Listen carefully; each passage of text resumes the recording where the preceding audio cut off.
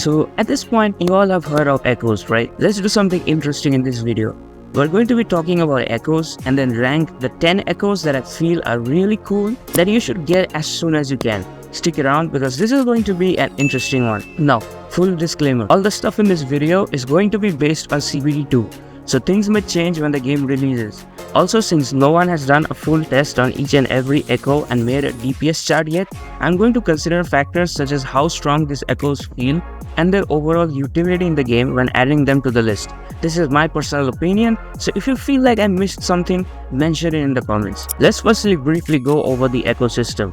Echoes are artifacts or Pokemon or whatever you call them, but they're pretty dang important in this game. They're going to be your most important endgame farm and also where the most RNG is going to be involved. They work like artifacts in Genshin. An echo on the top of your list will be usable as an active ability during combat. Only its main stat will be added to your characters, substats will be ignored. Echoes slotted in slots below the main slot won't have their main stats added, but only their substats will be added to your character. So basically, if you have an HP echo with good substat rolls, you can still use it because only its substats will be counted if you add it to your secondary echo slot. I'm looking at you, Genshin. Oh my god, bro. Oh, hell no, man. Now, echoes consume points. You can have a maximum of 12 points in total. Some echoes cost 1 point, some 3, some 4. Up to 5 echoes can be equipped at once. That again depends on the cost limit, which increases as you level up your terminal. At the beginning, you will only be able to equip 1 cost echoes, but that will increase over time.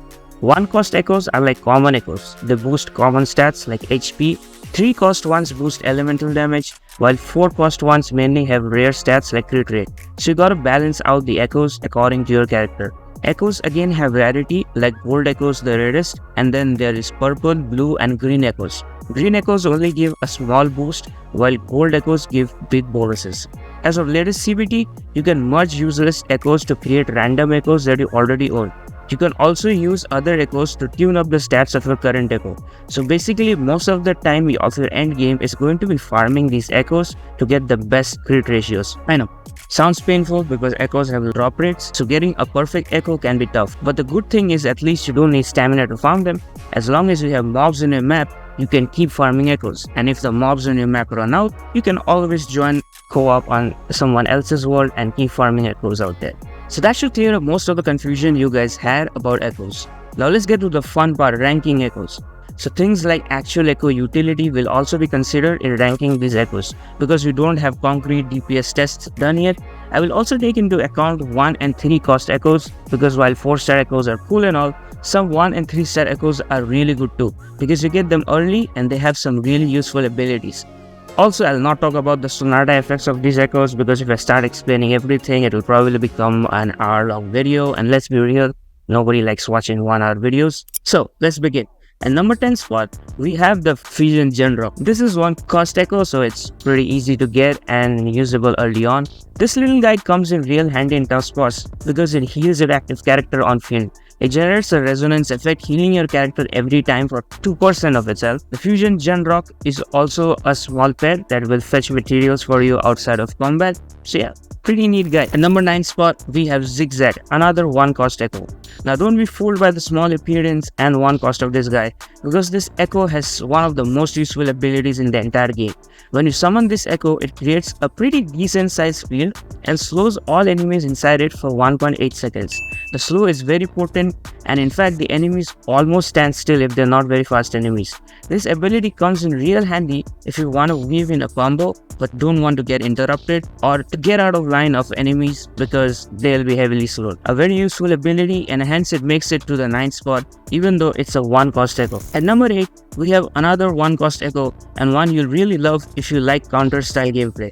This guy is called Fusion Warrior, and I believe he has one of the most rewarding echo skills if you manage to pull it off. When you use this skill, you enter a counter stance. Now, if you counter the enemy successfully in this echo skill cooldown, this echo will drop its cooldown by a whopping 70%. So you have to time this echo properly, and if you can time the counter, then its skill cooldown goes down by a huge amount.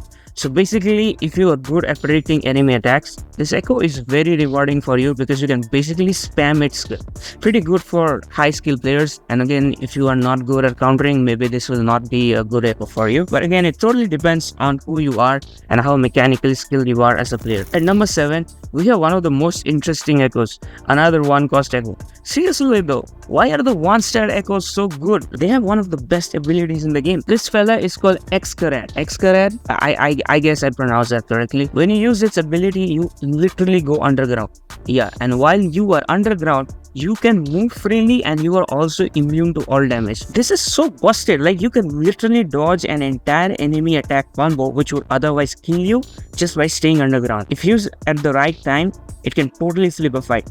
So I had to place this guy at number 7 spot. Like, come on, this is too broken for one cost Echo. At number 6, we have our first 4-cost Echo, the Impermanence Heron. The altered form costs 4 points. This Echo looks pretty cool. When you use this guy's ability, you fly up a bit in the sky and then you dive bomb onto your enemy and deal a pretty big chunk of damage. And you can also long press the Echo ability and you spit flames. Pretty badass, right?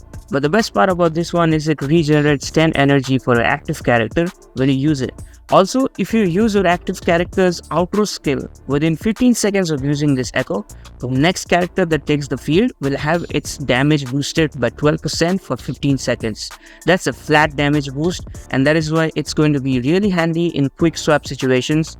And since this game is a really fast-paced game, you'll probably be using this Echo quite a lot. So that's why it takes its spot at number 6. We got Lampy Lumen Media. Oh my god, this name is kind of big. It's our first 3-cost Echo. Not only does this one look super cool with the ice spikes around its body and stomping attacks, but this guy can also freeze enemies.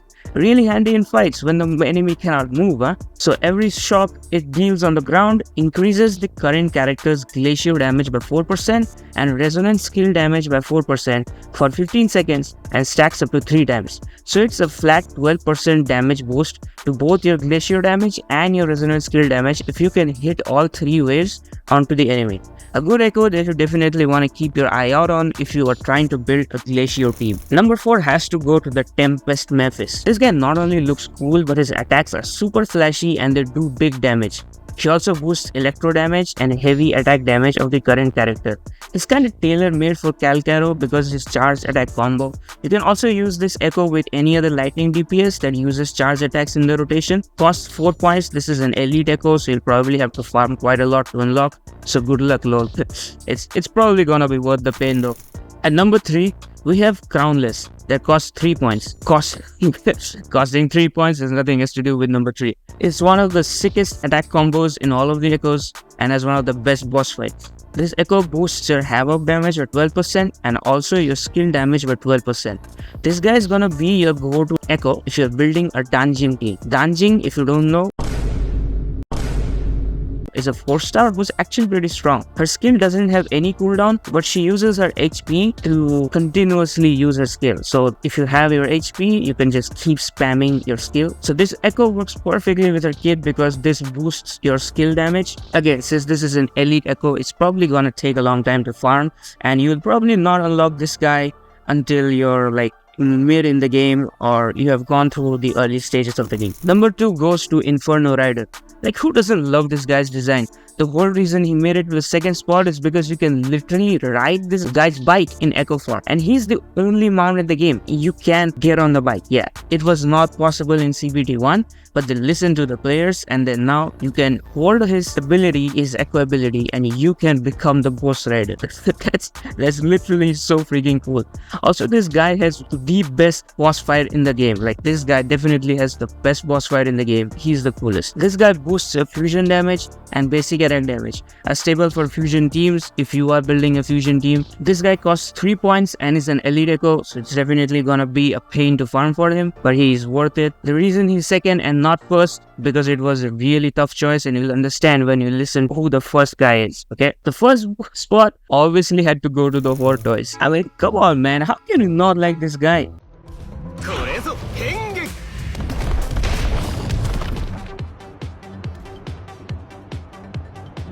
This guy is like one of the biggest reasons why I'm excited about this game. You can literally transform into a meme. Like, mad respect to Kuro for putting this guy in the game. Definitely the unbeatable champion. This guy will always be the best Echo in the game. And no, I'm not listening to any complaints. This guy may feel useless, but it's actually not. When you transform into this extremely edgy turtle, not only do you do this extremely classy dance, but you also heal your active character.